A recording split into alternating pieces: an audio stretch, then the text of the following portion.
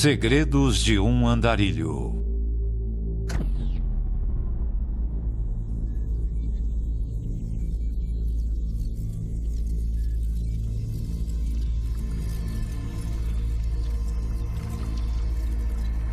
Às vezes a internet faz você pensar que entende alguém ou que sabe quais eram as suas intenções. Mas não é assim.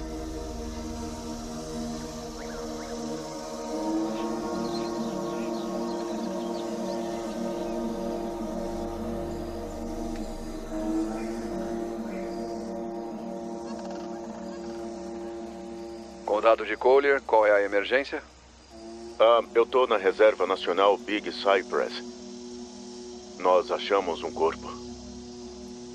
Você tá na trilha? Eu tô na trilha e o corpo tá no acampamento Nobles. Tá numa barraca. Ele tá tipo meio encolhido, como se estivesse tentando sair. Você verificou se ele estava respirando? Então, eu não toquei nele. Eu só olhei pra ele e gritei, olá! Mas ele parecia muito magro e tinha, sei lá, uma cor esquisita. Tá, entendi. Obrigado.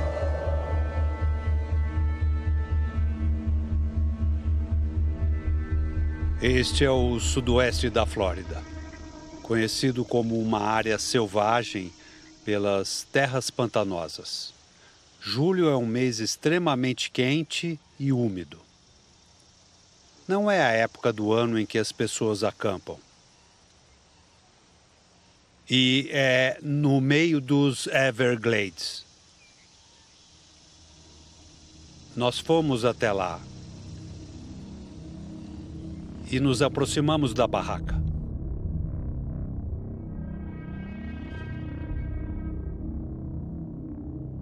Quando encontramos o falecido, observamos que ele parecia estar muito magro.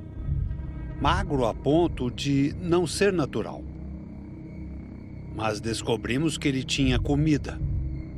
E encontramos uma quantia considerável em dinheiro. Então, ele não era indigente e tinha recursos disponíveis.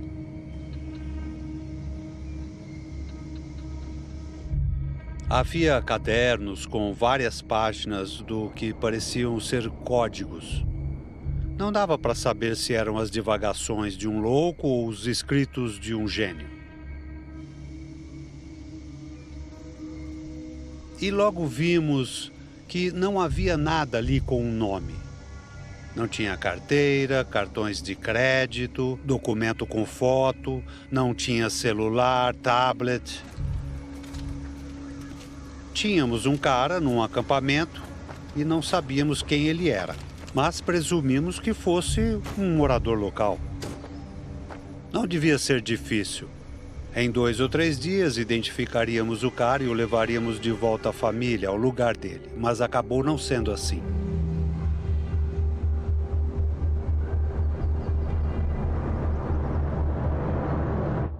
A equipe da Puritan Cleaners tem mais de 4.000 avaliações 5 estrelas. Eles são a razão para dizermos, na Puritan, está limpo, está pronto ou você não paga.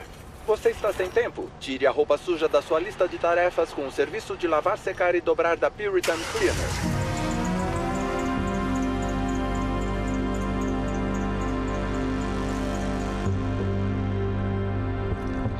No próximo semáforo, vire à direita. Se ficar muito quente ou muito frio, me avisa. Porque não tem meio termo aqui.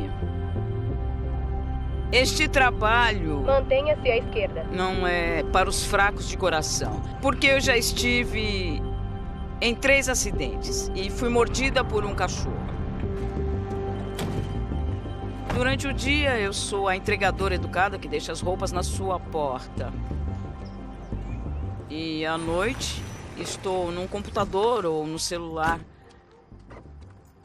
tentando identificar pessoas não identificadas.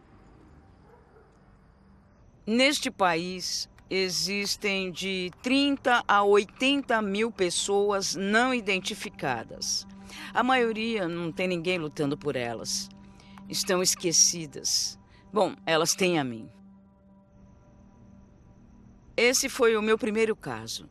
Entrei no Facebook e lembro de ter visto um grupo sobre ele. E eu pensei, legal, cliquei em participar. E entrei. Senti que talvez pudesse ajudar. Nunca pensei que chegaria tão longe.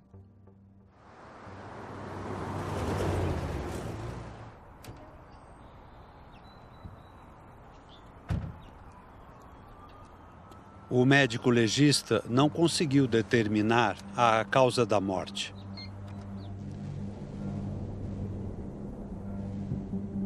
Ele pesava cerca de 38 quilos. Isso é além de magreza extrema. Ele estava muito desnutrido. Não havia traumatismos, nem lesões, nem doenças notáveis, nem drogas ilícitas no organismo dele. A única coisa era paracetamol, que pode permanecer no corpo de 24 a 72 horas. Imaginamos que no último dia ou 2 dias antes de morrer, ele ainda tinha uma vida normal. Tem uma parada de caminhões de 8 ou 11 quilômetros de onde ele foi localizado. Ele poderia ter andado até a I-75 e sinalizado para alguém se precisasse de ajuda. Nós analisamos digitais e DNA em bancos de dados locais, nacionais e globais. Não achamos DNA, digitais e registros dentários. A essa altura, passamos para as pesquisas criminais. Oi, o meu nome é Christina Adams. Eu sou investigadora de pesquisas criminais ou especialista em investigação. Eu vou recomeçar, mas qual você quer que eu use? Quando temos uma pessoa não identificada, verificamos primeiro nossos registros de pessoas desaparecidas. Esgotadas as formas tradicionais de identificação, fazemos um panfleto na tentativa de obter ajuda da comunidade. Divulgamos características como altura, peso. Ele tinha uma leve cicatriz no abdômen, mas nenhuma tatuagem. Tentamos editar as fotos que tínhamos do falecido para ter uma imagem que não fosse explícita a ponto de ser perturbadora. Bom, meio que me lembrou o Homem das Cavernas de um comercial de TV com aquela boca escancarada. Não é uma foto de modelo. Tínhamos que trabalhar com o que tínhamos, para que, se alguém o visse, mesmo todo barbado, parecendo um eremita, pudesse reconhecê-lo. Divulgamos para a mídia local e também divulgamos em nossas redes sociais. Entramos em contato com a comunidade de trilheiros. Eles postaram em seus sites. Muitas pessoas começaram a nos procurar. Foi quando encontramos alguém que o reconheceu. Oi. Oi. Acho que eu nunca prestei muita atenção a retratos assim antes, mas em 2 de agosto eu estava no trabalho e eu decidi fazer um intervalo rápido e parei e abri o Facebook. E assim que eu vi o retrato, eu soube quem era. Na mesma hora. Eu conheci ele 6 meses antes de ser encontrado morto na trilha. Na época, eu era um anjo da trilha. Um anjo da trilha é alguém que faz um ato de gentileza a um trilheiro, seja água, um lanche ou alguma coisa inesperada. Naquela manhã, eu montei um saquinho de coisas, bolachas, suco em pó, e encontrei um trilheiro. Ele estava caminhando na minha direção. Parecia um homem mais velho, mas seus olhos revelaram que ele não era tão velho. Ele tinha olhos jovens, olhos muito bonitos. Ah, e ele era fofo. Eu falei para ele que meu nome era Kelly. E ele disse, eu sou o andarilho inofensivo. O que eu reconheci como um nome de trilha. Não pensei 2 vezes, porque todo trilheiro tem um nome de trilha, que é dado por outro trilheiro. Com base em algo que acontece em uma trilha ou algo que ele fez na trilha. Um nome surge e fica. Ouvi dizer que ele ganhou esse nome quando estava entrando em um acampamento uma noite e havia pessoas sentadas ao redor de uma fogueira. E o convidaram para se juntar a eles desde que não mordesse. E ele disse, eu sou andarilho inofensivo. Perguntei se ele estava usando o aplicativo de trilhas da Flórida. E ele disse, não estou levando um celular. Como assim não está levando um celular? Eu só queria me desconectar. Às vezes as pessoas querem fazer isso. E eu achei meio imprudente e perigoso. As pessoas que querem se isolar geralmente ainda têm um celular. O fato dele não ter meios de obter assistência foi algo que consideramos intencional e incomum. Eu tinha muitos adesivos para promover a trilha da Flórida e eu disse, posso tirar uma foto sua com adesivo? E ele disse, claro. Ele o ergueu, sorriu e eu tirei a foto dele.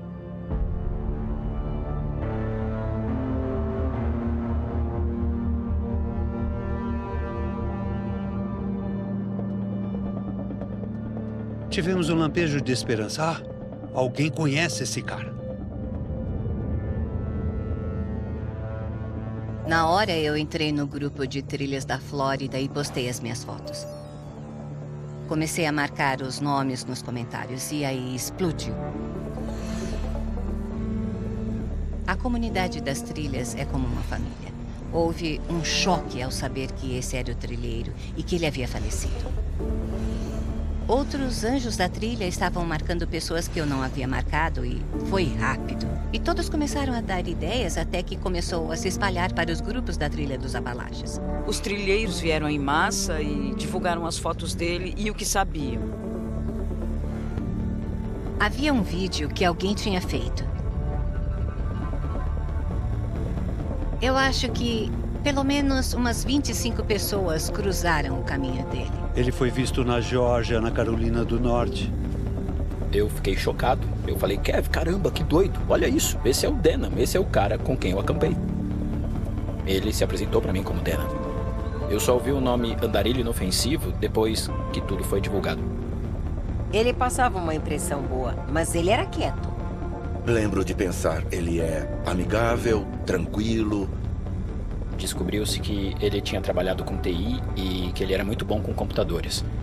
A mochila dele era enorme. Isso era meio incomum. Ele era bastante discreto. Revelava poucas informações pessoais. Nós dois curtíamos Doctor Who e ficção científica. Disseram que ele devia ser do Brooklyn.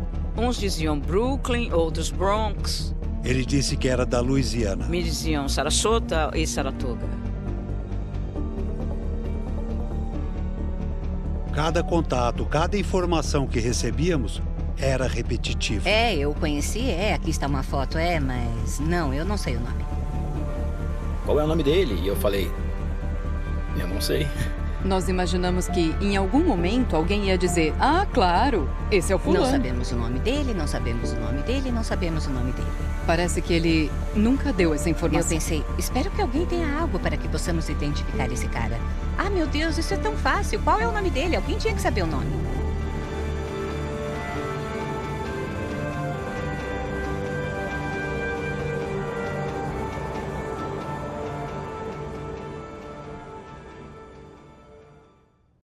A comunidade de trilheiros nos ajudou a estabelecer onde ele foi visto pela primeira vez até onde ele foi encontrado. Nós começamos a perceber que ele estava viajando da área norte da trilha dos Apalaches em direção à Flórida. Ele não era só um trilheiro da Flórida. Ele percorreu milhares de quilômetros. Isso é bem comum. Começamos a pesquisar a trilha, a AT, como é chamada. Acho que mais de 3.000 pessoas tentam percorrer a trilha dos Apalaches todos os anos. Tem partes dela que são muito percorridas e tem partes onde ela é pouco frequentada. É preciso ter um certo nível de condicionamento físico, um certo nível de determinação para fazer aquilo e atingir essa meta, não importa o que esteja no caminho. É uma comunidade muito unida. A trilha está cheia de pessoas que reservaram um tempo em suas vidas para serem introspectivas. Quem vem para a trilha procura uma fuga. Muitos trilheiros vêm de todas as partes e acabam no que chamam de bolhas. E acabam caminhando juntos por um curto ou longo prazo. Ele cruzou o caminho de muita gente. Nós concluímos que quem ele era como pessoa poderia dar ideias de como ele chegou onde estava e onde poderíamos olhar. Percebi que havia uma trilheira no grupo do Facebook, Magpie. Ele entrava em contato com ela e eu tive a impressão de que eles ficaram amigos. Eu amo isso, sabe? Quero fazer igual. Acho que todas as vezes que encontrei ele foram em outubro de 2017. Eles só gostam de latir, viu? Mas eles não atacam, fica tranquila. Ai, eu preciso de mais café. Gatinho, ele não vem. Vem, gatinho. Eu falo muito. Construí aquela varanda também, já devo ter me gabado disso. A maioria dos trilheiros está sempre com muita pressa, especialmente os homens jovens. Nunca me surpreende que uma velha senhora como eu seja facilmente considerada irrelevante. Por isso eu fiquei surpresa que esse jovem falasse comigo. Eu tinha 68 anos quando disse que ia percorrer metade da trilha dos Apalaches. Alguns amigos riram e disseram que era muito difícil. Eu queria ver se eu ainda era capaz. E foi quando eu o conheci. Eu estava subindo a trilha e esse sujeito estava descendo e parou. Eu percebi que a mochila dele era absurdamente grande, o que é um pouco incomum, especialmente para um trilheiro. Ele me perguntou por que meu nome era Magpie. E eu disse que era por causa de um pássaro, mas que eu não gosto de objetos brilhantes. E ele me disse que era uma observação muito curiosa. Aí enfiou a mão no saco de lixo e me entregou a embalagem brilhante de chiclete. Eu gostaria de ter guardado. Eu vivo para ter conexão com as pessoas, mas nem sempre tenho. Eu senti que o conhecia. Conhecia por dentro, sua alma, digamos. Eu senti em meu espírito, no meu coração. Ele foi muito gentil comigo, não tem forma melhor de dizer isso. Ele foi muito gentil. Eu não o conhecia como o andarilho inofensivo. Eu o conhecia como Dena. Esse foi o primeiro nome de trilha. Eu perguntei se foi porque ele estava caminhando de jeans quando começou, e ele disse que sim. Mais tarde eu o encontrei de novo num pequeno café. Eu o vi sentado lá com uma jovem. Eu não esperava vê-lo, mas ele me chamou. Depois de conversarmos um pouco, eu perguntei para ele qual é o seu nome verdadeiro, Denan? E ele agiu como se não quisesse dizer. Aí eu disse, se eu acertar, você confirma? Ele disse sim, ele faria isso. E eu fui descendo o alfabeto.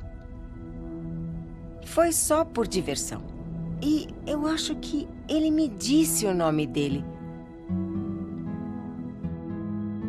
Mas eu não me lembro. Ele começou a trilha vestindo jeans. E não se deve fazer isso. É preciso usar roupas finas que absorvem a umidade. Trilheiros experientes saberiam que não se deve usar jeans nem carregar uma mochila muito pesada. Ele era alguém que, por algum motivo, decidiu começar a fazer trilhas há pouco tempo. Percorrer a trilha dos Apalaches de improviso é como caminhar no quarteirão e em seguida correr a maratona de Boston. Não se faz isso. E quando levamos em consideração que ele tinha um equipamento bem caro e que o equipamento parecia novo, vimos que ali tinha alguma coisa que podíamos investigar. Nós divulgamos outro boletim com fotos adicionais dele, inclusive da barraca dele. Sempre esperávamos que mais uma pessoa entrasse em contato conosco. Eu só precisava dessa pista.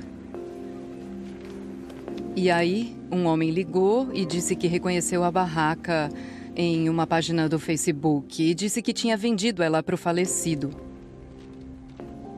Examinamos os recibos para ver se alguma coisa poderia nos dar uma pista sobre a identidade dele. E concluímos que ele usou dinheiro, mas o dono da loja percebeu que ele devia ter ficado no albergue ao lado. E o albergue não permitia que os trilheiros se registrassem com um apelido. Eles exigiam que fosse um nome real. Nós olhamos o livro de registros de todos que se hospedaram lá. E descobrimos que ele tinha se registrado com um nome.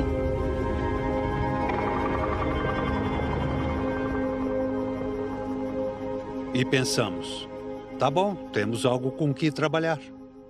Localizamos vários Ben-Billimes e entramos em contato com eles. Obviamente estavam vivos e não eram o trilheiro falecido.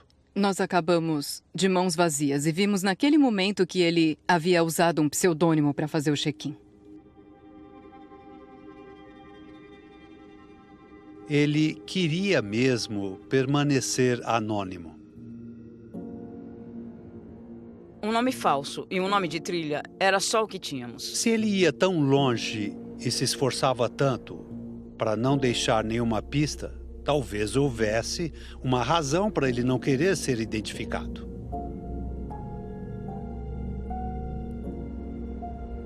Ele podia ser um suspeito de um crime ocorrido em algum outro lugar.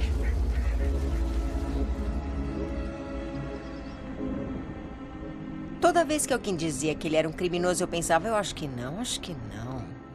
Não se encaixava em nada do que eu sabia dele. Ele deixava qualquer um tirar fotos dele. Como ele podia ficar escondido? Começamos a perceber que qualquer possibilidade estava em jogo nesse caso.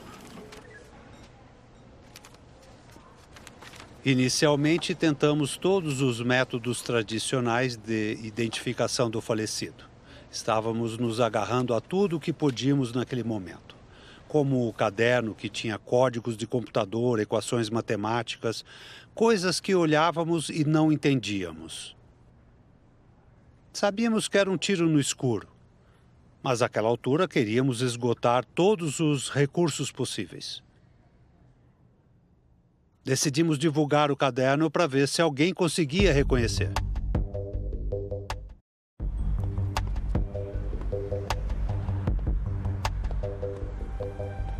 Meu nome é Nicholas Thompson, eu sou CEO do Atlantic.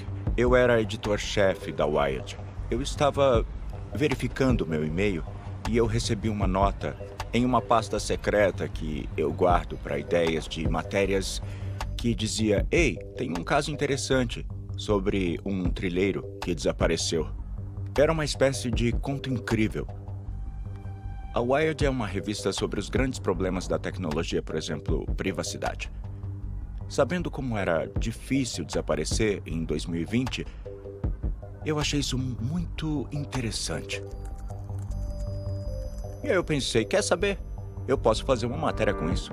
E eu comecei a investigar. As autoridades tinham divulgado os cadernos e ninguém sabia sobre o que era. Ele estava minerando Bitcoin, escrevendo JavaScript, e as anotações foram postadas na internet e descobriu-se que eram instruções em código para um jogo chamado Scripts. É um jogo de programação para programadores em que são criados mundos e fortalezas. Mas não é um jogo em que você entra e tenta atirar nos robôs. Você escreve um código que protege a sua fortaleza e ataca as fortalezas de outras pessoas e as invade. E mesmo quando você não está jogando, seu código está em execução. Esse trilheiro construiu um mundo em um jogo que ainda estava rodando e ele estava fora. E a ideia era fazer a engenharia reversa. Se ali estavam os códigos, bastava encontrar a pessoa que joga com esse código. E assim, eles entraram no Scripps e tentaram encontrar a identidade do andarilho inofensivo. Mas não conseguiram chegar a lugar algum. Aí os usuários do grupo do Facebook contataram os administradores do Scripps. Mas os criadores eram programadores fazendo um jogo para programadores. Os programadores costumam se preocupar muito com a privacidade, então protegeram a privacidade dele. E acabou sendo um beco sem saída. Não tenho dúvidas de que parte da razão pela qual foi tão difícil encontrar o andarilho inofensivo foi porque ele era muito bom em tecnologia e trabalhou muito para não deixar rastro e para apagar tudo o que tinha feito. Alguém em algum lugar sentia falta dele, mas não sabia que ele tinha morrido.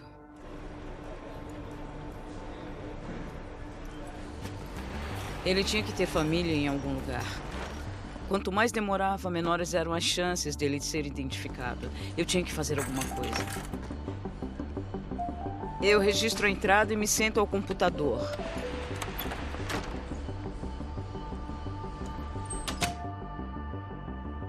Eu venho aqui porque a internet é melhor.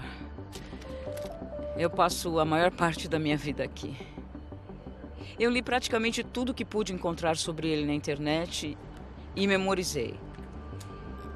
E a dona do grupo me procurou e disse: "Você conhece muito bem o caso." E eu falei que sim. Ela perguntou se eu gostaria de ser uma moderadora. E eu concordei.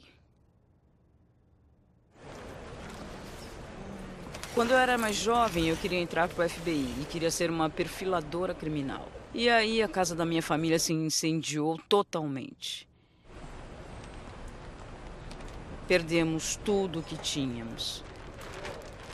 Meus sonhos tiveram que ser adiados. Eu não podia me dar ao luxo de fazer uma faculdade.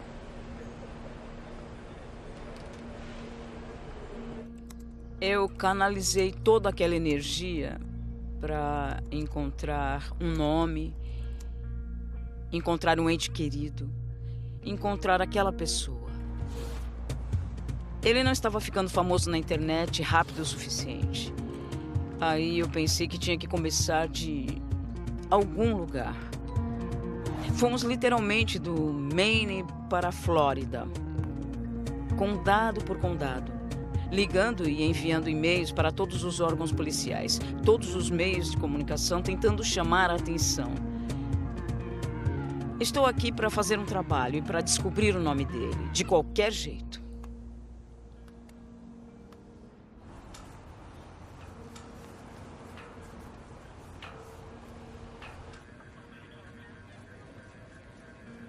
Os primeiros 6 meses foram agitados. Havia muita atividade, muita informação. A essa altura da investigação, recebemos centenas de pistas. A grande maioria não ajudou.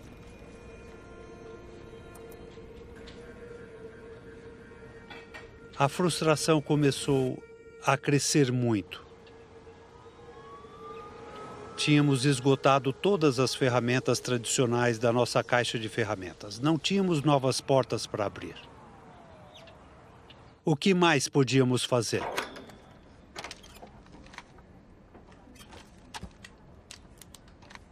A certa altura, tivemos que pensar fora da caixa. A Delegacia do Condado de Collier, sob a direção do delegado Kevin Rainbosk, apresenta Sworn Statement, um podcast sobre casos locais e questões de segurança pública relacionados ao sudoeste da Flórida. E aí acabou surgindo a grande ideia do podcast, que é uma coisa que nós nunca fizemos por aqui. Digamos que você queira desaparecer amanhã. O que você faria? Para começar, você abandonaria seu telefone celular. Tudo, desde o seu nome até a sua localização e contas bancárias vinculadas a ele. E você quer se livrar de suas redes sociais também.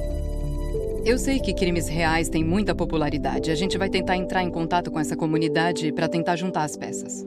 Os 3 primeiros episódios vão se concentrar no mistério do trilheiro falecido, conhecido como o Andarilho Inofensivo.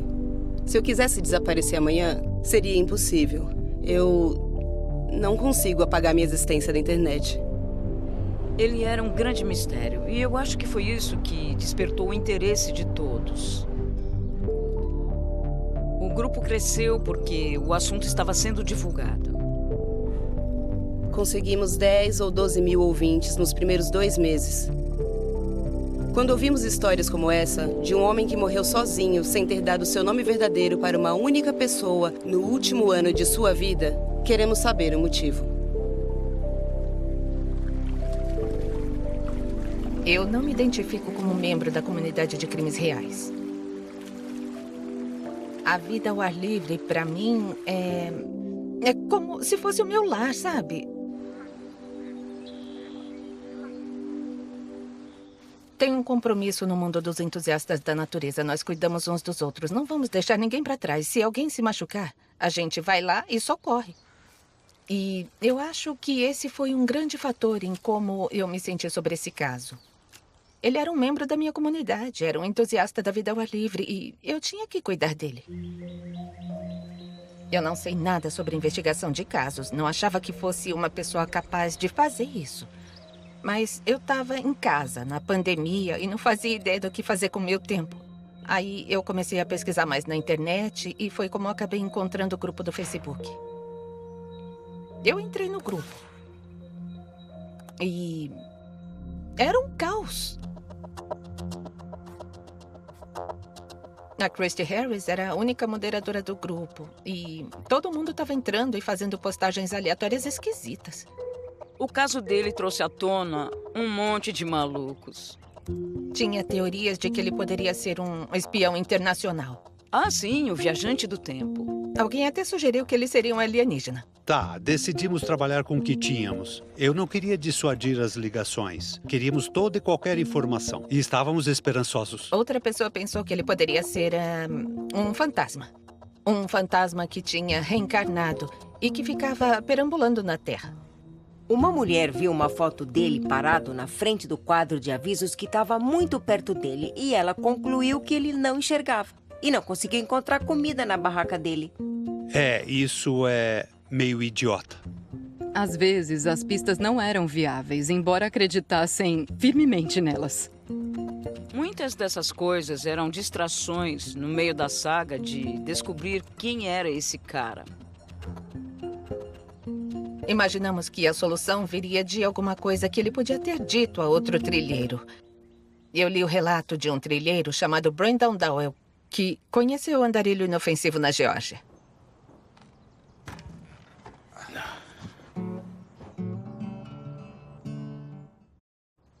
Eu acho que tem muita gente magoada na trilha.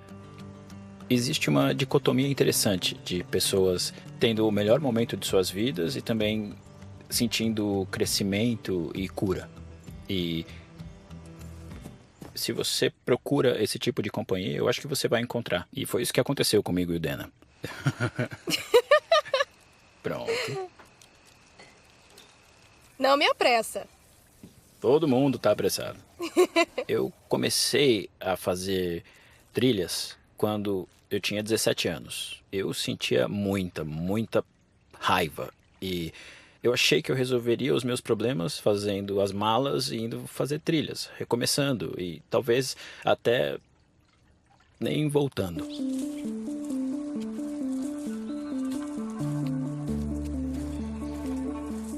Na viagem que eu conheci o Dana, eu queria sair por uns dias.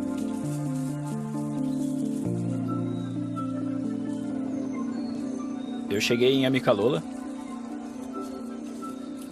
e eu fiz a trilha naquela manhã. E aí eu terminei no abrigo Springer. Sei lá, umas 2 horas depois de eu ter chegado lá, eu vi um homem esquelético subindo e eu pensei, nossa, esse aí parece que ele tá nessa vida há muito tempo. E eu fiquei feliz em ver ele, porque eu queria passar algum tempo com alguém, conversar. Tem um amigo do lado da fogueira comigo. Porque eu não tive muitos amigos na escola. E a gente conversou sobre muitas coisas durante o jantar. A gente falou de ficção científica, garotas e infância. Ele também me falou que tinha terminado um relacionamento há pouco tempo. E parecia que era uma coisa que estava fresca na cabeça dele, porque ele falava muito dessa separação. E conforme a noite avançou, as coisas ficaram mais profundas. A gente falou um pouco mais sobre infância. A única coisa que eu me lembro bem é que o pai dele levou ele para o quintal um dia e começou a bater muito nele. Ele me falou que simplesmente foi embora. Parece que ele queria fugir deles, sabe? E eu entendi. Porque quando eu tinha 3 anos, o meu padrasto Rob, ele entrou em cena. Eu não sei se eu posso falar o nome dele, mas também dane-se esse cara. Tanto faz. Ele logo começou uma rotina de terror lá em casa. E o Denham, ele também passou por isso. A mesma coisa. Me conectar com alguém nesse nível foi muito especial. E a gente tomou o café da manhã junto no dia seguinte. Eu só lembro que ele comeu muito. Ele comeu e comeu e comeu. A gente recolheu tudo e foi até a junção da trilha dos Apalaches com a trilha Benton MacKaye. Aí depois eu perguntei se ele não queria, sei lá, tentar manter contato. E ele meio que me olhou triste e falou que não. E a gente deu as mãos e foi isso, a gente se separou.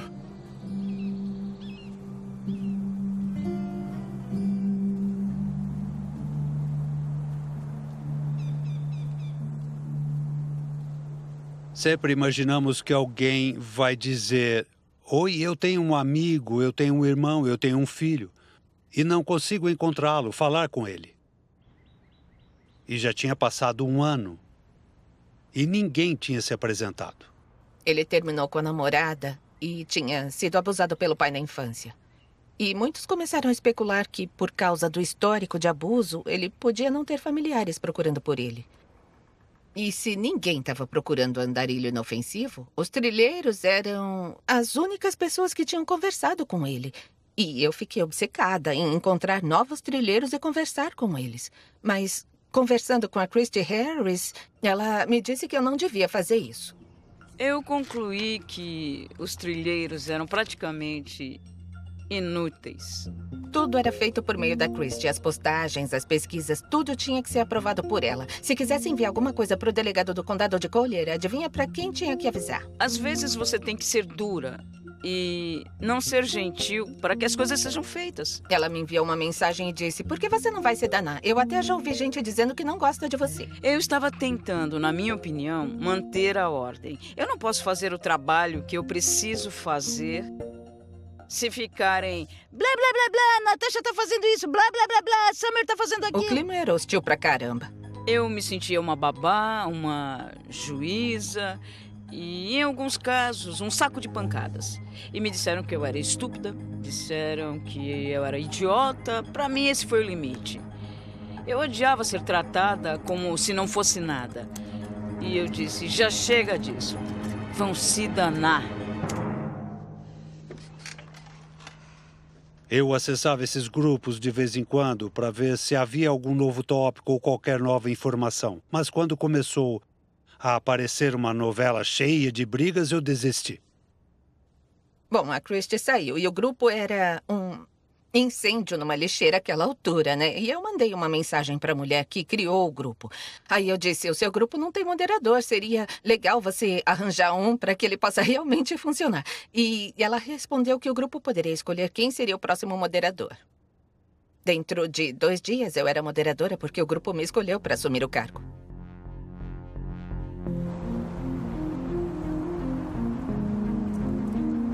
Por 17 anos, eu fui gerente de operações de uma empresa de canoas e caiaques. Muita gente pensava que eu era dona da empresa por causa do papel que eu exercia na liderança. Só que eu não era muito ouvida, né? As minhas ideias eram rejeitadas. E eu descobri que o pagamento das mulheres naquela empresa era menor. Os homens ganhavam $5 a mais por hora. Eu tava me sentindo muito subestimada, sabe? Quando eu entrei no grupo, senti que essa era a oportunidade de tentar uma coisa nova. E eu queria abordar aquilo do seguinte ponto de vista. Se fosse uma pessoa próxima a mim, como eu gostaria que o caso fosse tratado? Vamos nos organizar. O que foi feito, o que não foi feito. Vamos criar um álbum, não apenas uma dispersão de fotos pelo grupo. E uma lista de pessoas com quem ainda precisamos conversar. Foi nesse momento que eu percebi que ninguém tinha falado com Mike Gormley. Ele foi a última pessoa que viu o andarilho inofensivo com vida.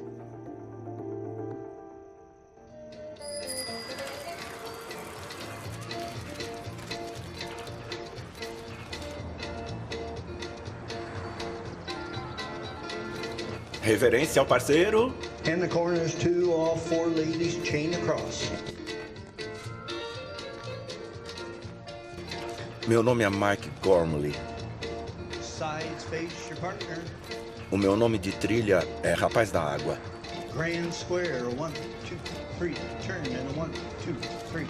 Em 2015 e 2016, tentei completar a trilha dos Apalaches. Ladies center of the men's sachet. Foi assim que descobri o que era a magia das trilhas. Wheel around. Lines forward, up and come on back. Join. Eu supostamente fui o último trilheiro a ver o andarilho inofensivo antes dele ser encontrado. Promenader there, promenade, go walking around the square. When you get back home, bow to the partner, corner by the hall, that's it. É isso, muito bem, obrigado a todos pela dança. Vamos fazer uma pausa. Obrigado.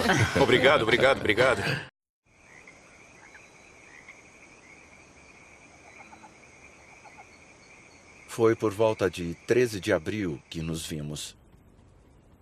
Fazia uns 30 graus naquele dia. E eu decidi que era melhor sair da trilha. Cheguei na estrada e arrisquei, estiquei o polegar e tentei pegar uma carona e um cara numa picape parou.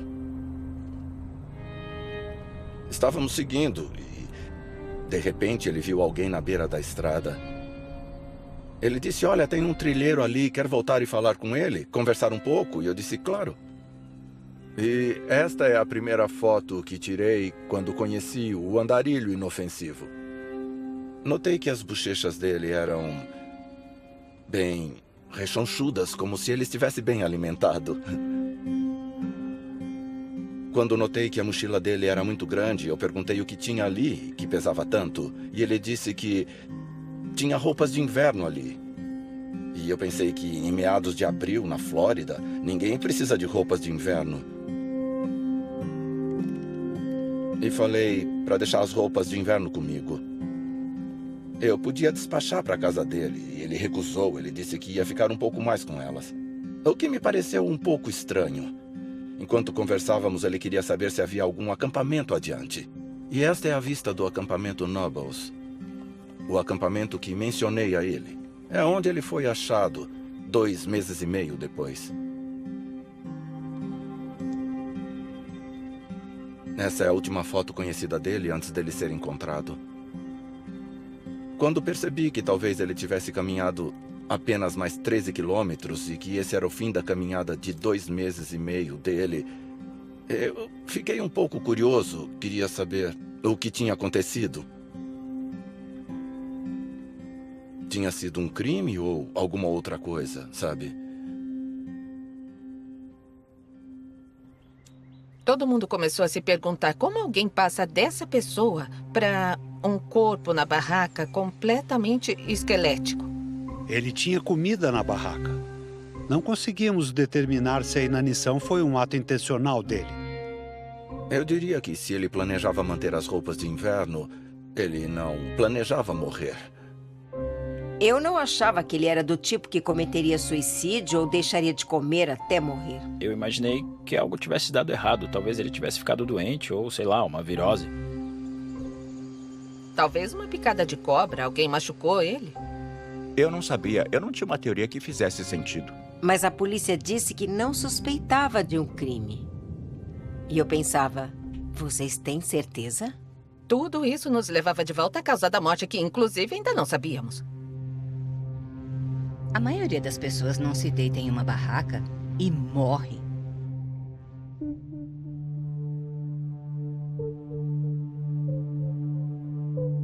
Ele deixou este mundo totalmente sozinho. Ninguém deve ficar sozinho. Para mim, quando vejo uma pessoa não identificada, é a história da pessoa que importa. Elas são desfavorecidas. Eu sempre me senti desfavorecida.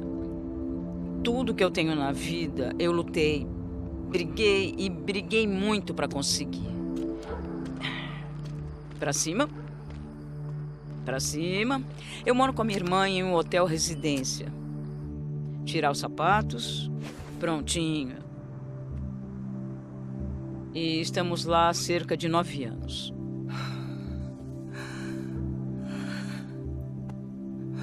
Quer uma bebida? Não.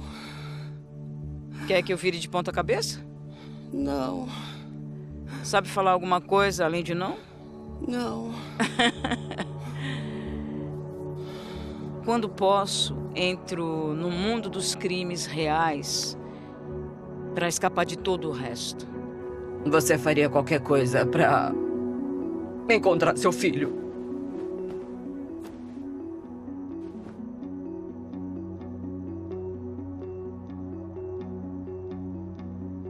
Eu não conseguia lidar com o fato dele estar esticado num porão, esperando que alguém o identificasse de alguma forma.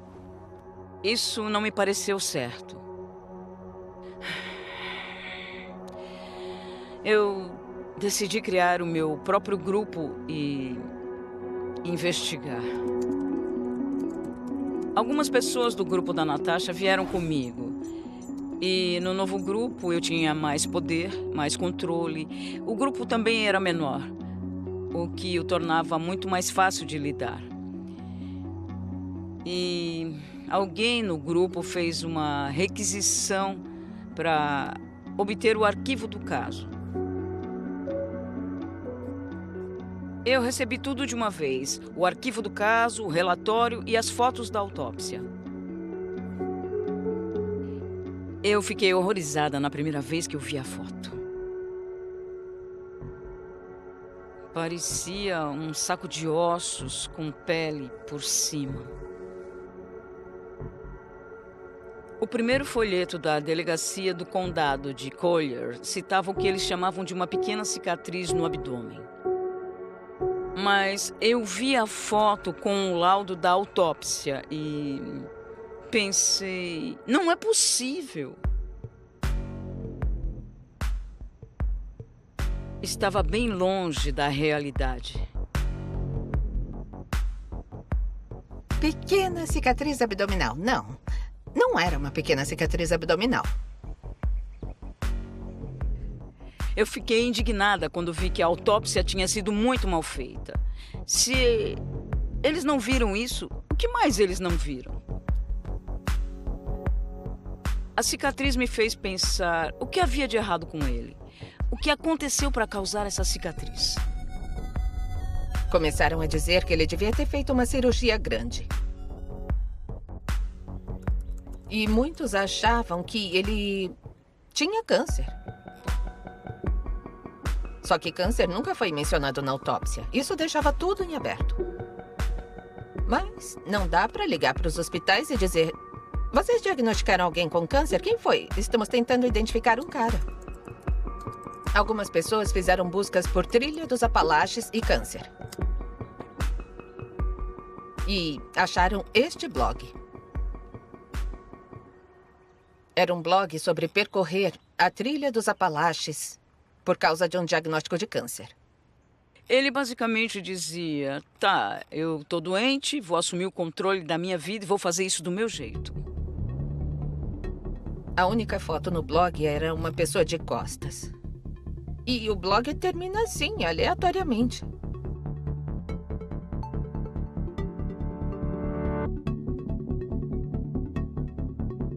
Aí alguns lembraram do fato de que Ben Bellamy foi o nome que ele usou no albergue.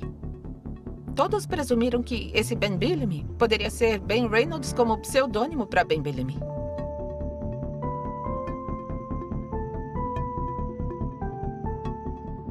Eu vi aquele blog e pensei, é ele. Mas existem regras na investigação amadora. Nunca invadimos a vida real. Porque não é a nossa função dizer a um membro da família que um ente querido pode ter falecido. No caso do Ben Reynolds, outras pessoas invadiram a vida real.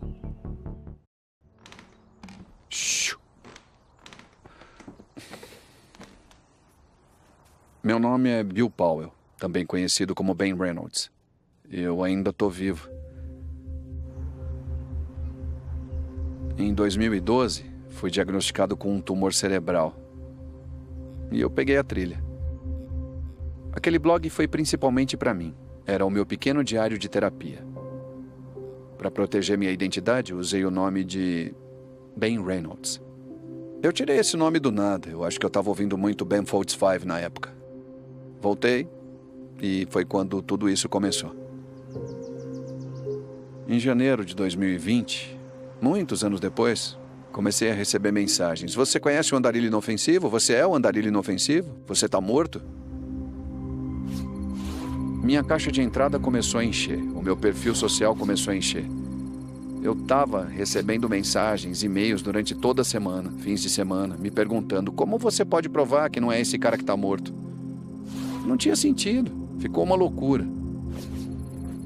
O meu pai estava recebendo mensagens. A minha irmã, os meus amigos, qualquer pessoa que tenha curtido minhas postagens. As coisas ficavam cada vez mais loucas. Em junho de 2020, eram 887 pessoas. Você dobra ele assim. Pronto, é isso mesmo. Você consegue. Havia a preocupação de que isso pudesse atingir a minha família. E foi nesse momento que eu resolvi mergulhar de cabeça. Eu decidi me aprofundar, ser proativo, entrar nesses grupos e falar, escuta, eu sou o Ben Reynolds, essa é a minha história. Parem com isso. Eu entrei em todos os grupos do Facebook que eu consegui. Isso foi super revelador. 8 a 10 grupos do Facebook, vários subreddits do Reddit, sites dedicados a esse cara. Eu pensei, caramba, isso é tudo muito insano. Eu teria que entrar e desmascarar tudo, questionar todos que tentaram fazer isso, explicar que eu tô vivo.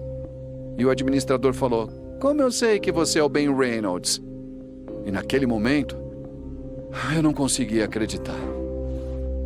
Apesar de eu dizer que eu não estava morto, eles me diziam que não podiam me descartar. As coisas ficaram cada vez mais loucas. Eles pegavam aquela foto do blog, decifravam a minha linguagem corporal, procuravam os tipos de câncer e passavam tudo isso para a posição do corpo do andarilho inofensivo na barraca. Ninguém acreditava em mim, porque o meu nome é Bill Powell. Foram criados outros grupos que mergulharam nos mitos do Ben Reynolds e postaram essa foto de um tal Ben Reynolds na Austrália. E eles começaram a assediar também esse cara. Tudo pode acontecer na internet com esses detetives amadores, e é uma loucura. Uma das coisas que eu imaginava que podia acontecer era alguém aparecer na escola da minha filha. Vai saber. Por fim, eu fiz um post no grupo da Natasha e falei, isso é o que eu sofro diariamente. Quando eu finalmente conheci o Bill, fazia tempo que a vida dele estava uma loucura. Eu teria acabado com essa bobagem na mesma hora. Existem pessoas do outro lado dessas investigações. Isso não é uma competição, não é um reality show.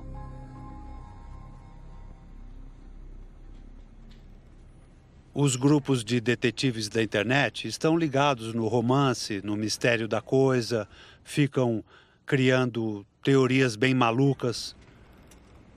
Não queríamos abrir mais possibilidades sobre por que ele morreu ou como ele morreu. Queríamos estreitar nosso foco para identificar quem ele era.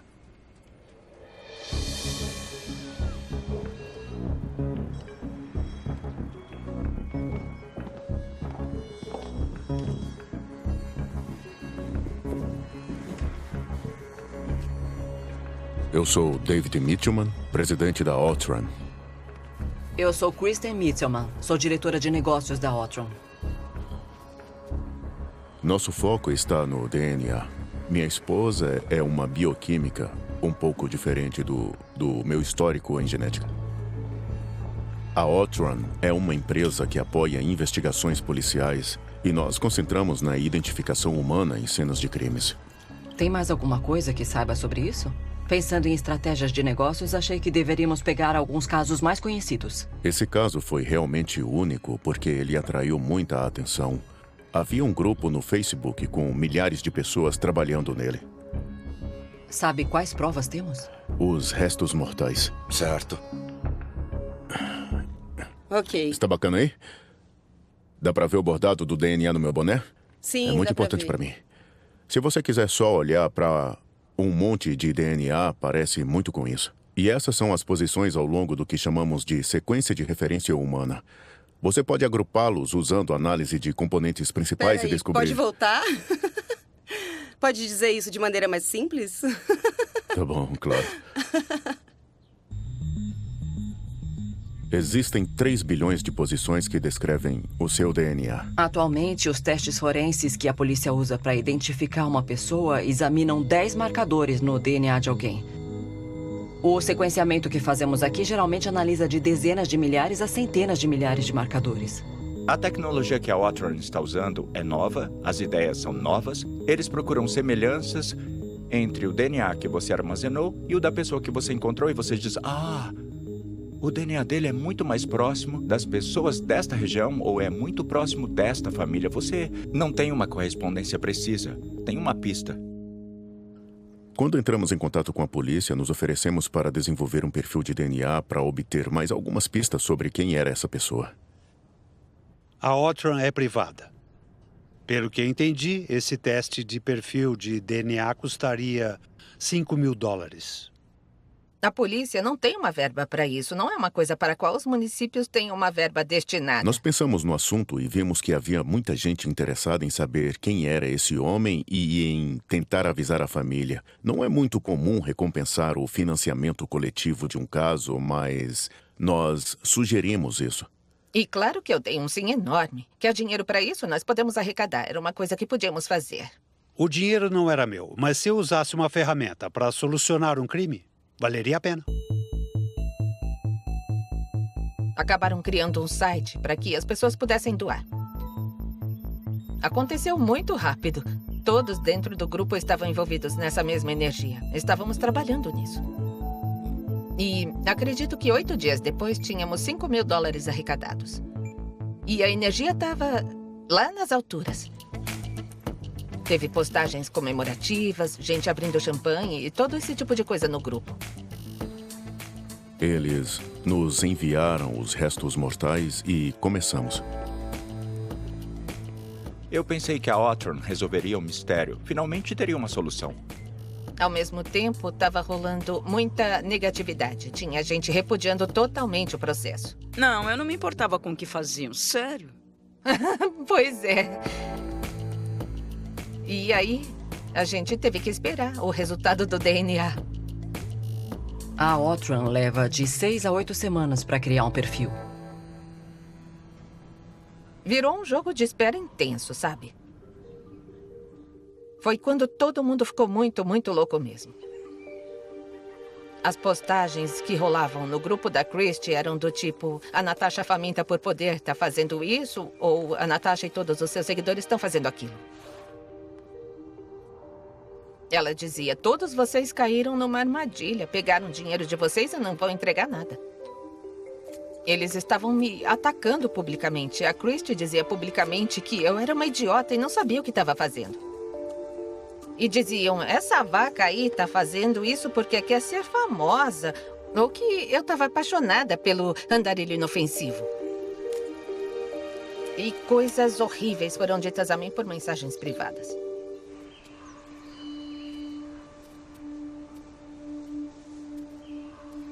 Eu recebi uma mensagem dizendo que a Christie Harris sabia o que estava fazendo. E eu não sabia de nada. E que eu deveria me matar para que o caso fosse solucionado.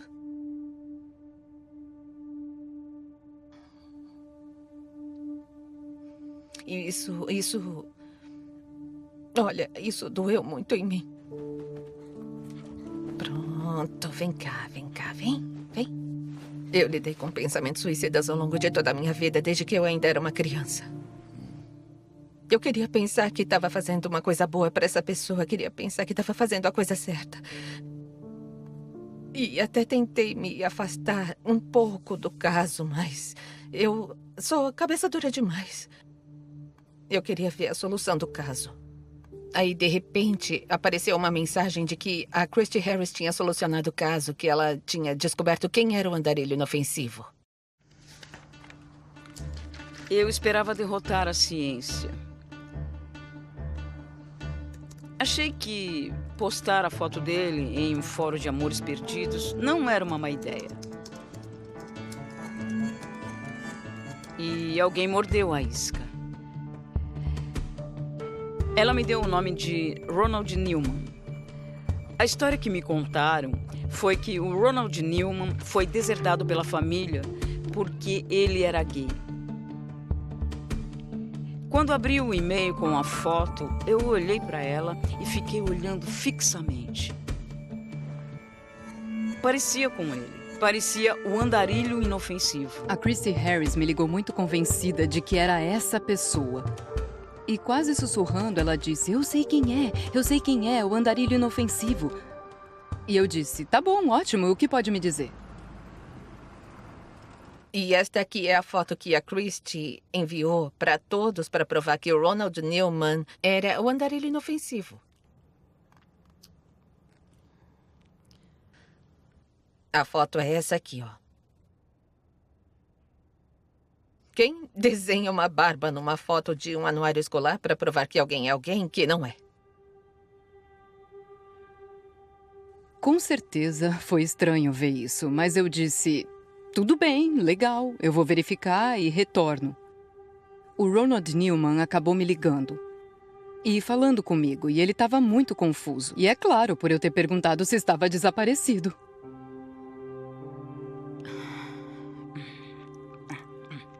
Espera.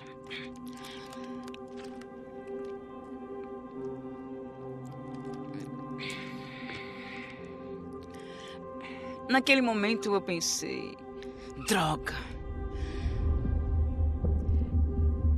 Eu pensei que tinha acabado. Eu me senti uma piada. Eu estava com medo de parecer uma idiota. Erros de identificação acontecem todos os dias. A polícia identifica erroneamente as pessoas. Mas eu estava arrasada. Alguém já disse a você, você é uma idiota, ridícula. Você se fez de burra e vai se matar? Eu estava exausta. Eu tinha sido xingada de tantos nomes que eu não conseguia ver direito. Eu estava acabada. Essa coisa te absorve, você fica empolgado. E você quer tanto solucionar que não enxerga o sinal para parar. As pessoas são atraídas por isso, elas querem ler essa história. Em algum momento eu disse, quer saber? Eu vou escrever a matéria e eu vou publicar. A eleição presidencial estava próxima. E eu queria dar um tempo da política por pelo menos algumas horas. Foi maravilhoso eu trabalhar numa matéria que não envolvia o Partido Azul e o Partido Vermelho. Todos esses diferentes americanos, de todos esses diferentes estados e de todas essas diferentes origens, estavam usando a internet e a tecnologia para fazer algo bom. E a história foi publicada. E virou uma verdadeira loucura. E de repente virou a coisa mais lida em muito tempo. Mais de 1 milhão de pessoas visualizaram o artigo. E o grupo explodiu. Milhares de pessoas se inscreveram no grupo em apenas alguns dias. A suposição era que, se ele realmente trabalhava com tecnologia, alguém que trabalhou com ele ou conheceu ele leria Wired e descobriríamos quem ele era. E depois que a história foi publicada, ela viralizou e teve mais de 1,5 milhão de leitores. Fiquei pasmo que a identidade dele não foi encontrada. Isso revelou que o desaparecimento dele foi ainda mais proposital, cuidadosamente elaborado e eficaz do que eu pensava. É difícil sumir e criar uma identidade que 100 pessoas que te conhecem não conseguem descobrir, não é? É um pouco mais difícil criar uma identidade que 1000 pessoas caçando no Facebook não consigam descobrir. Mas como é possível que 1 milhão de pessoas podem ler uma história na Wired cheia de fotos sobre um cara que provavelmente estava na comunidade Wired, bem próximo dela, e não achar o sujeito? Não sei o que alguém é capaz de esconder ou não na internet, mas posso te dizer que, se tiver o DNA, podemos identificar. Quando temos uma pessoa não identificada, conhecemos seus marcadores de DNA e podemos agrupá-los em torno de populações conhecidas que têm um conjunto semelhante de marcadores. Isso nos dá uma pista de onde essa pessoa não identificada é. Nesse caso, fizemos o trabalho de laboratório, fizemos o teste de DNA e a pesquisa e obtivemos um resultado. Temos algumas pistas muito boas, conseguimos construir um perfil muito bom e o que posso dizer é que há um bom número de correspondências que nos ligam à Louisiana. –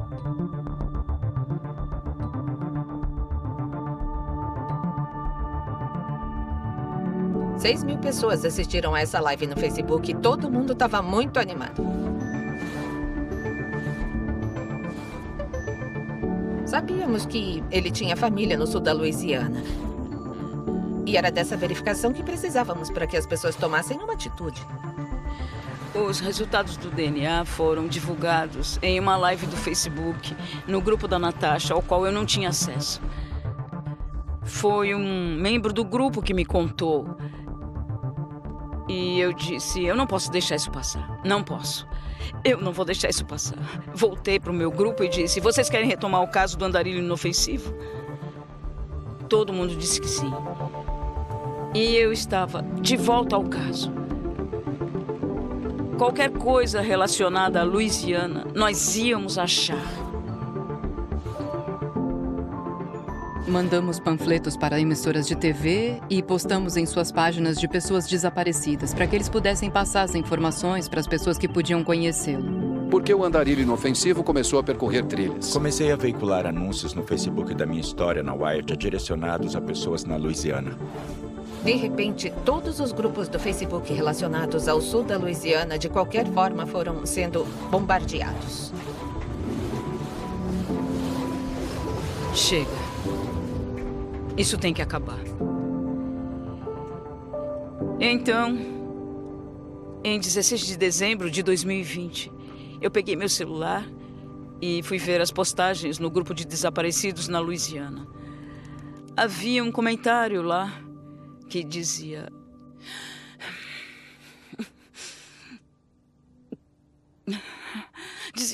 Christy, eu sei quem é. Eu conheço a história e vou mandar um e-mail para você agora mesmo. E eu disse, o quê? E lá estava. Dizia, Christy, o nome dele é Vance Rodrigues. Meu marido trabalhou com ele na Shopper's Choice. E aí eu vi uma foto.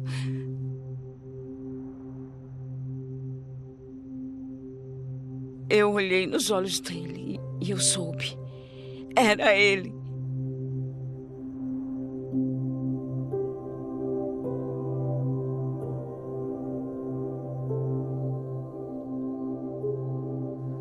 Eu podia ver com os meus próprios olhos, mas ainda assim, o meu cérebro não acreditava que aquilo tudo era verdade.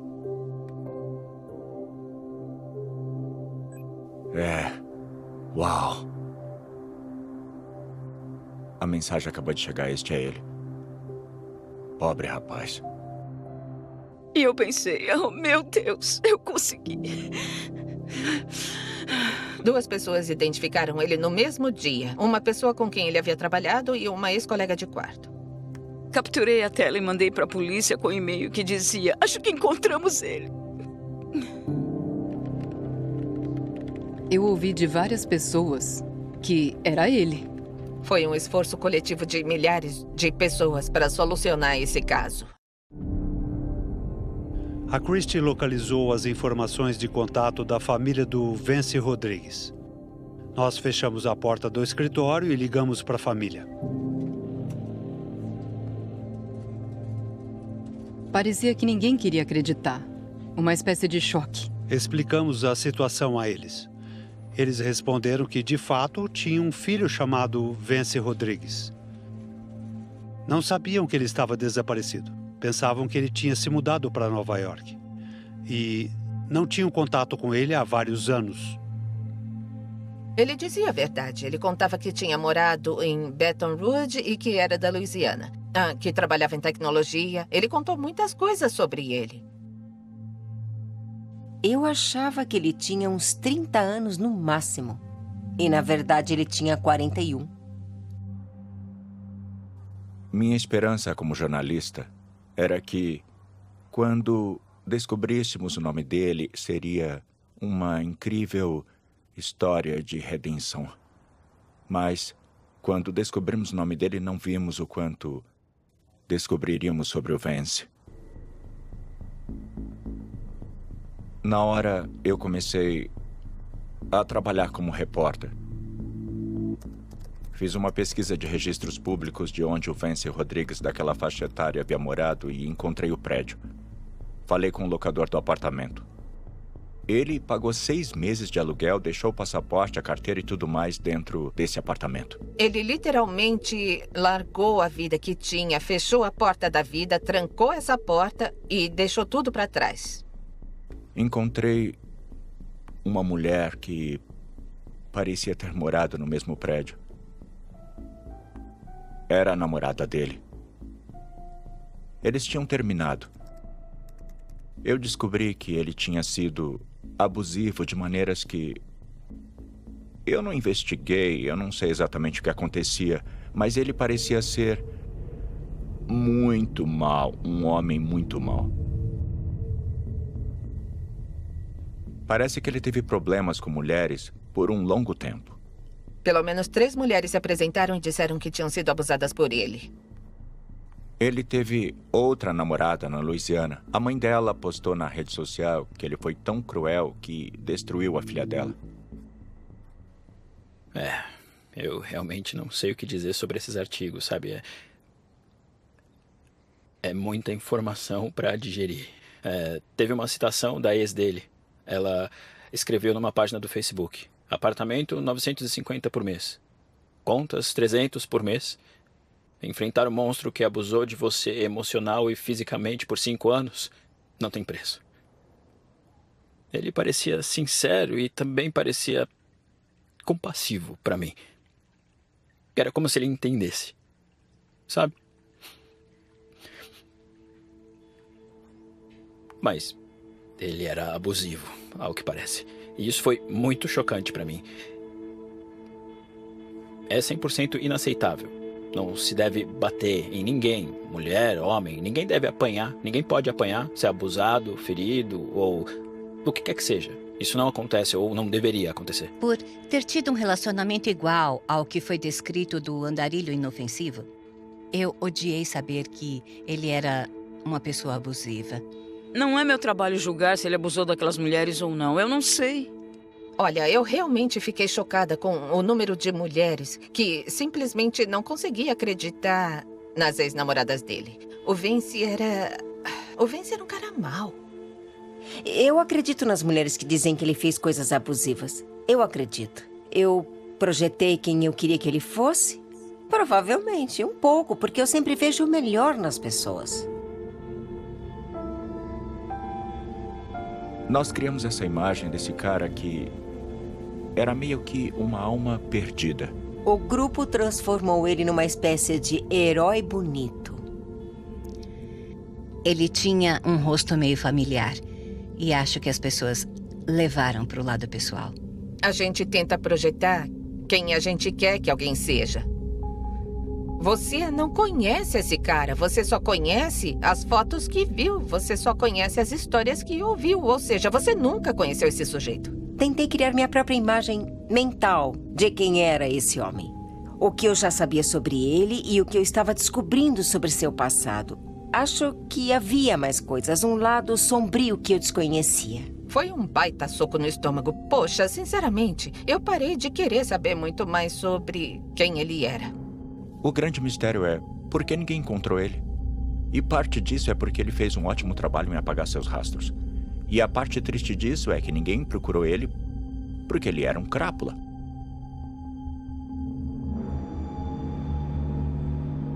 Uma das grandes perguntas era por que ele era conhecido como andarilho inofensivo nas trilhas. E assim que o nome dele foi descoberto, percebemos que seu nome de usuário no Scripps era Vajor, que é uma combinação de Vance John Rodrigues.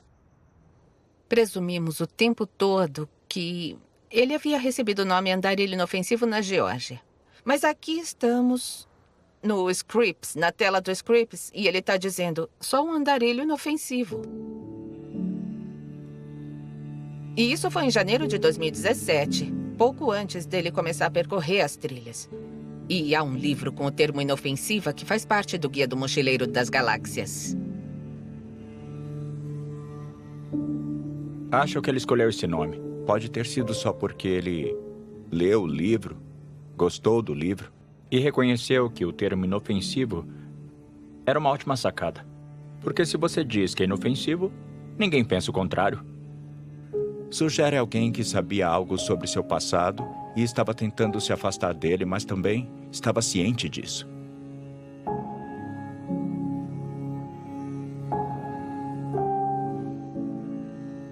Eu já conversei com pessoas que sofreram abusos. Se alguém da sua família abusa de você e você não resolve, você acaba cometendo abusos também. Nunca falei com os pais dele. Mandei várias mensagens para a irmã dele depois que soube que ela tinha sido avisada pela polícia. E ela disse que não queria falar e a família não queria falar.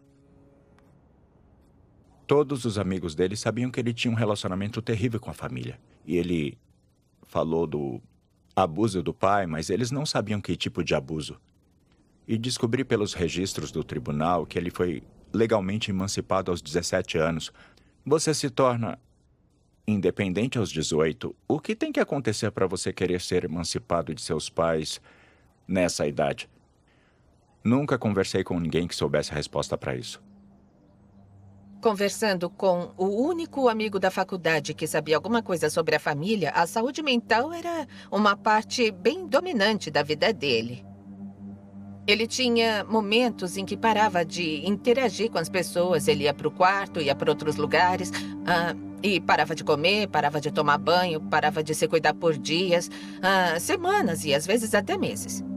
Uma palavra que faz muito sentido é abstrair. Ele simplesmente se desligava.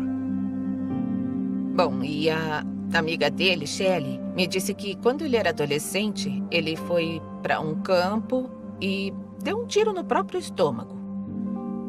Enquanto estava lá sangrando, ele mudou de ideia e conseguiu se arrastar para fora do campo e buscar ajuda. A cicatriz não era por causa de câncer, não era por causa de nenhuma doença. A cicatriz era de um traumatismo, era por causa de um tiro. O que eu imagino é que os pais queriam que ele recebesse assistência para a saúde mental após essa tentativa de suicídio. E esse foi o motivo dele não querer mais ter um relacionamento com a família. É muito possível que essa briga de socos de que ouvimos falar tenha sido porque ele queria obter ajuda para o filho dele, queria ajudá-lo. Eu só posso presumir que os pais se importavam com ele.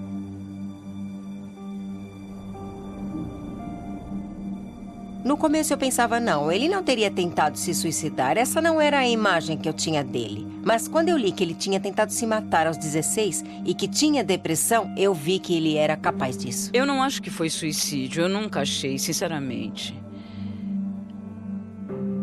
Na minha opinião, ele mergulhou em uma das suas abstrações e foi longe demais. Ele pode ter morrido de fome. Deve ser um jeito terrível de morrer, mas, quer dizer... Eu não sei por que ele morreu. Talvez o objetivo da viagem tenha sido penitência, sei lá, para pagar pelas coisas que eu fiz, eu preciso sofrer. Se eu me matar é o suficiente?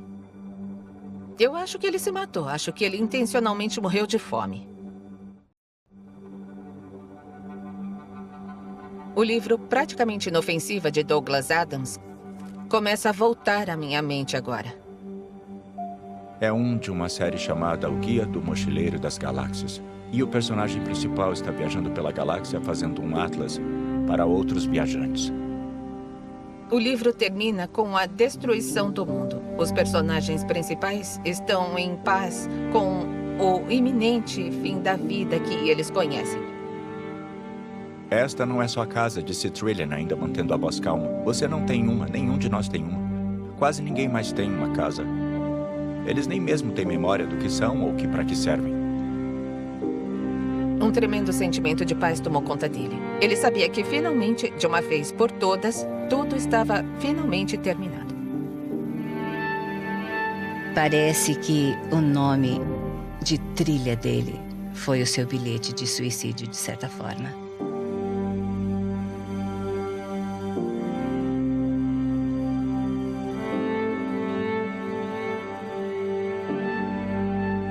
Eu sinto que podíamos ter sido amigos, sabe? E isso é uma droga. Sabe, alguém que me ofereceu tanta compaixão e bondade. Bennett, por favor, você pode voltar pro grupo? Eu quero ler esse tipo de história. Ah, não? Que tipo de história você quer? Uma verdadeira? Quase parece que era um eu paralelo que acabou indo numa direção diferente. Vamos, vamos, vamos, vamos! Eu acho que o Dan não recebeu o apoio que ele precisava para se curar. Eu acho que ele se sentiu muito isolado e sentiu que ninguém queria ele por perto. Agora eu vou tocar uma música chamada I've Been Thinking, da minha banda Bombardier. E é sobre o Dana e o tempo que eu passei com ele. E também é sobre mim e como me identifico com ele.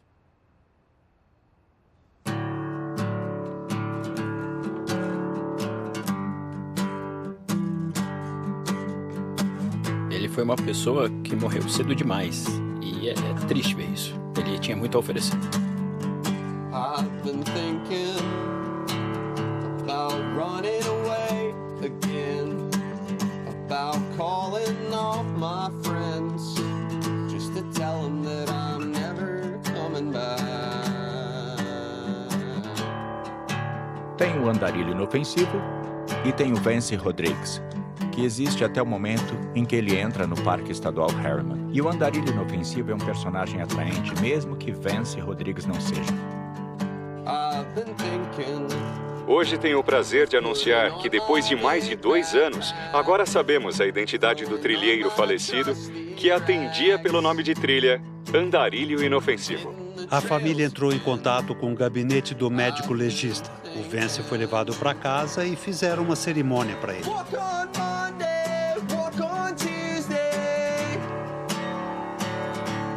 Acho que consegui ver o verdadeiro homem. Era a eternidade que havia naquele momento. Eu o conhecia então. Acho que muitos de nós sentimos falta dele. Talvez ele esteja olhando para baixo e rindo e dizendo: eu gostaria de estar vivo. Essas pessoas me amavam. Eu incentivaria ele a continuar vivendo. Eu diria, aguente firme, procure ajuda.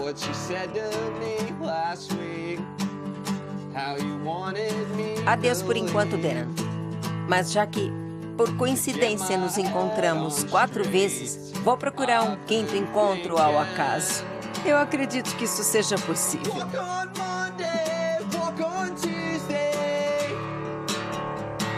No ramo da investigação amadora, existem pessoas que sentem que não são vistas nem ouvidas, invisíveis ao mundo.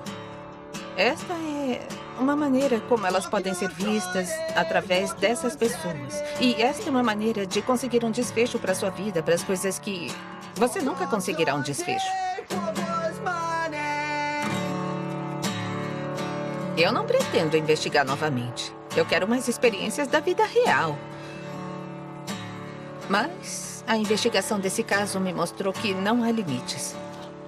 Por isso eu decidi que ia fazer aquilo que sempre sonhei em fazer a minha vida toda, que é abrir a minha própria empresa E levar a vida ao ar livre para todos que queiram sair por aí.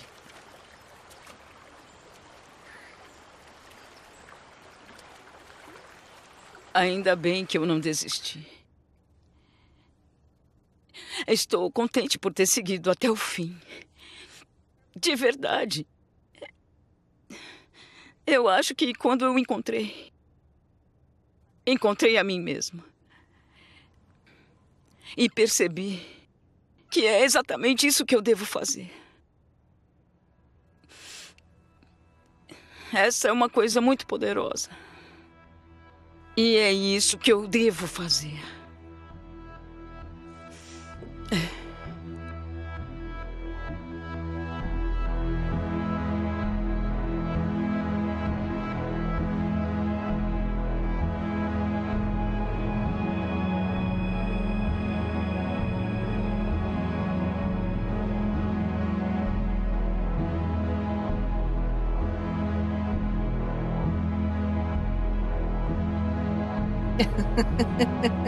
Ai, que coisa.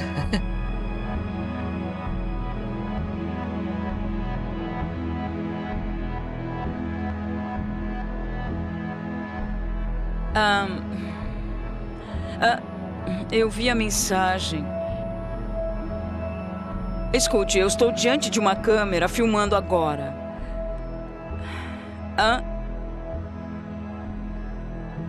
O quê?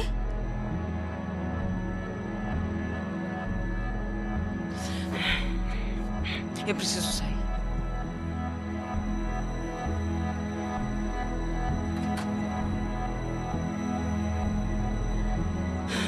Eles contaram uma história. A Tabitha foi decapitada.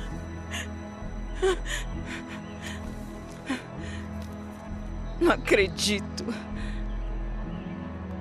Oi, senhora Young, o que foi? Versão brasileira, DPN Santos.